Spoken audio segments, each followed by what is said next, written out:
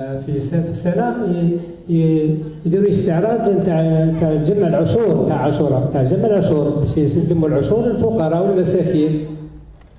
الشخص الاول اللي هو السيد راه يدير في استعراض فلكلوري محلي ومعاه كما نقولوا الحصان البري، وكاين الشيخ المداح هذا اللي راه يمدح ويقول في المثال بلي راهم جايين كم في المثال الناس القريه يا سكان في مثال البلده اللي عنده في المثال يحب يخرج الزكاه نتاعو من الحبوب جافه في ذاك الزمان. ما كانش كل اعمالهم كما نقولوا اليوميه كانت اعمال عرق جبينهم، ما كان حتى حاجه يشروها منها الا 3 صوالح 3 حوايج اللي هي القهوه والسكر والصابون.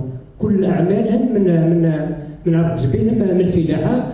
كانوا ربات البيوت ثم كيدوروا هذوك الشيخ هذاك اللي الشيخ القريه اللي يدوروا باش يلموا مع 3 دواب 3 احصنه اللي فيهم الزنبيل باش يلموا المحصول هذاك اللي يجمعوه عند السكان المحليين. كل شخص عنده قمح ولا شعير في مثال ولا مثلا حتى ربات البيوت ما تنساوش ربات البيوت تراهم حتى هما يخرجوا الزكاه نتاعهم اللي هي الحبوب الجافه مثل الفريك مثل المرمز مثل الطماطم المشلحه مثل الشحمه مثل الدهان مثل العسل. كل ربة بيت تخرج الزكاه نتاعها.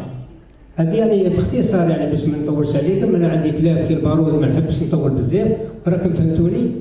وزيد كما ثان حاجه خلاف وكانوا في كل شهر الامام الشيخ الزاوي اللي يجي يقري القران العظيم من بلده معينه يجونا من المغير من جامعه من تقر.